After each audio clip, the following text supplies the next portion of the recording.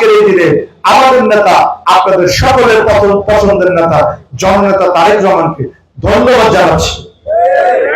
আমরা ধন্যবাদ জানাচ্ছি শহীদ প্রেসিডেন্ট জিয়াউর রহমানকে, তিনি এরকম একজন বীরকে বাংলাদেশের মানুষের জন্য উপহার দেওয়ার জন্য।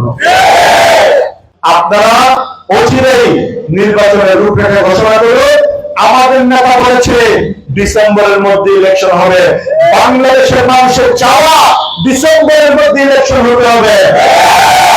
ডিসেম্বরের মধ্যে ইলেকশনের ব্যবস্থা করব, নতুবা বাংলাদেশের জনগণ কিন্তু উপযুক্ত ডাক পাওয়া জবাব দিবে আপনাদের। নেতৃত্ব পাঠিয়েছেন তারেক রহমান, যে আন্দোলনের নেতৃত্ব দিয়েছেন, যে গণতান্ত্রিক আন্দোলনের নেতৃত্ব দিয়েছেন, সেই গণতান্ত্রিক আন্দোলনের রেজাল্ট খুনি হাসিনা দেশ ছেড়ে পালিয়েছে। বিসমিল্লাহির রহমানির রহিম। প্রিয় ফতেপুরবাসী, কি অবস্থা? ভালো আছেন? ওইখানে মা বোনেরা আছেন, ভালো আছেন?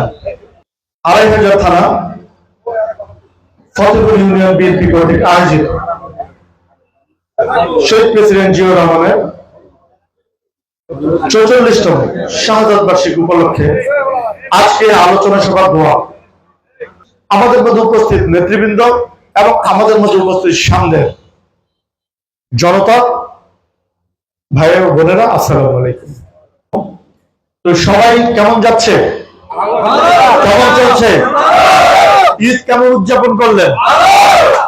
সব ঠিক ছিল? শহীদ প্রেসিডেন্ট জিয়াউর রহমান তিনি কে? আপনারা তার ব্যাপারে জানেন, সবাই জানেন না? শহীদ প্রেসিডেন্ট জিয়াউর রহমান কে? মহান স্বাধীনতার ঘোষক। শহীদ প্রেসিডেন্ট জিয়াউর রহমানের যদি জন্ম না হতো তাহলে বাংলাদেশের স্বাধীনতা আসতো না। এই কথাটি বলেছে, কেন বলেছেন দেখেন। শহীদ প্রেসিডেন্ট জিয়াউর রহমান একজন ব্যক্তিত্ব যিনি মহান স্বাধীনতার ঘোষণা দিয়েছেন। শহীদ প্রেসিডেন্ট জিয়াউর রহমান একজন ব্যক্তিত্ব যিনি সেই স্বাধীনতা যুদ্ধে সবচেয়ে বেশি ভূমিকা রেখে মাঠে থেকে যুদ্ধ করেছেন আপনাদের পাশে থেকে, ঠিক না? তার জন্য এই বাক্যটি বলেছেন। শহীদ প্রেসিডেন্ট জিয়াউর রহমান বাংলাদেশের স্বাধীনতা যুদ্ধে শহীদ প্রেসিডেন্ট জিয়াউর রহমানের যে অবদান, সেই অবদান সারা জীবন গভীর শ্রদ্ধার সাথে স্মরণ করবে বাংলাদেশের মানুষ, ঠিক কিনা ভাইয়া? আধুনিক বাংলাদেশের স্থপতি, বাংলাদেশে যে এগ্রো শিল্প দেখেন আজকে এত উন্নয়ন হচ্ছে, খাল খনন কর্মসূচি থেকে ধরে বিভিন্ন উন্নয়নগুলোর পিছনে যে ব্যক্তির সবচেয়ে বেশি ভূমিকা, যিনি উদ্যোগ নিয়েছিলেন, তিনি হলেন শহীদ প্রেসিডেন্ট জিয়াউর রহমান। বাংলাদেশে যে গার্মেন্ট শিল্প, রপ্তানিমুখী গার্মেন্ট শিল্পের প্রবর্তক শহীদ প্রেসিডেন্ট জিয়াউর রহমান। এরকম একইভাবে আমরা যদি ওনার অবদান বলতে থাকি তাহলে সেটা শেষ করা যাবে না, ঠিক আছে ভাইরা? আজকে দেখেন তার যোগ্য সন্তান, যোগ্য উত্তরসূরি শহীদ প্রেসিডেন্ট জিয়াউর রহমানের সুসন্তান জননেতা তারেক রহমান আপনাদেরকে আবার নতুন করে একটি স্বাধীনতা দিয়েছেন। যে গণতান্ত্রিক আন্দোলন হয়েছিল 17 বছর, সেই গণতান্ত্রিক আন্দোলনের নেতৃত্ব দিয়েছিলেন শহীদ প্রেসিডেন্ট জিয়াউর রহমানের সুযোগ্য সন্তান জননেতা তারেক রহমান। সেই গণতান্ত্রিক আন্দোলনের মাধ্যমে আরেকটি অভিনব স্বাধীনতা পেয়েছেন বাংলাদেশের মানুষ, ঠিক কিনা ভাইরা? খুনি ফ্যাসিস্ট স্বৈরাচার হাসিনা তার ক্ষমতাচ্যুত হয়ে পদত্যাগ করে দেশ ছেড়ে পালিয়েছে, তাই না? কার নেতৃত্ব পালিয়েছেন? তারেক রহমান যে আন্দোলনের নেতৃত্ব দিয়েছেন, যে গণতান্ত্রিক আন্দোলনের নেতৃত্ব দিয়েছেন, সেই গণতান্ত্রিক আন্দোলনের রেজাল্ট খুনি হাসিনা দেশ ছেড়ে পালিয়েছে। তাহলে আমাদের যে অভিনব স্বাধীনতা অর্জিত হয়েছে, এই অভিনব স্বাধীনতার ঘোষককে আমাদের 1971 সালে যে স্বাধীনতা যুদ্ধ হয়েছিল পাক হানাদার বাহিনীর সাথে, সেই স্বাধীনতার ঘোষক ছিলেন শহীদ প্রেসিডেন্ট জিয়াউর রহমান। আমাদের যে অভিনব স্বাধীনতা অর্জন হয়েছে, যে স্বাধীনতার মাধ্যমে খুনি ফ্যাসিস্ট হাসিনা পালিয়ে গিয়েছে, সেই স্বাধীনতা কার? রূপকার কে?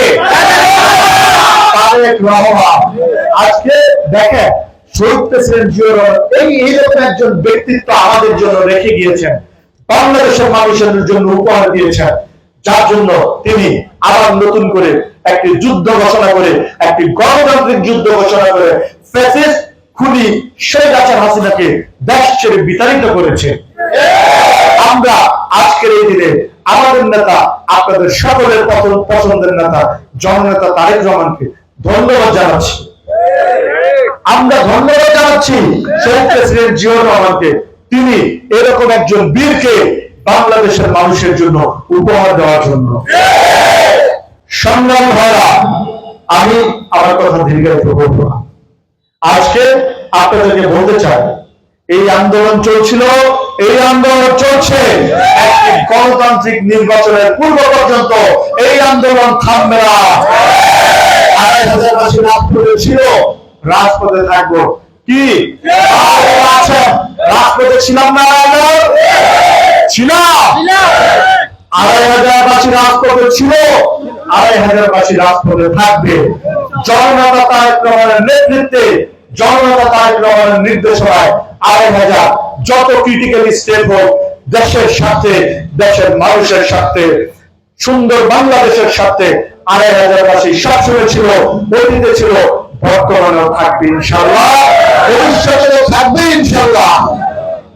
সংগ্রামী ভাইরা, আমি বলতে চাই, এই অন্তর্বর্তীকালীন সরকারকে বলতে চাই, আপনারা অচিরেই নির্বাচনের রূপরেখা ঘোষণা করে, আমাদের নেতা বলেছে ডিসেম্বরের মধ্যে ইলেকশন হবে।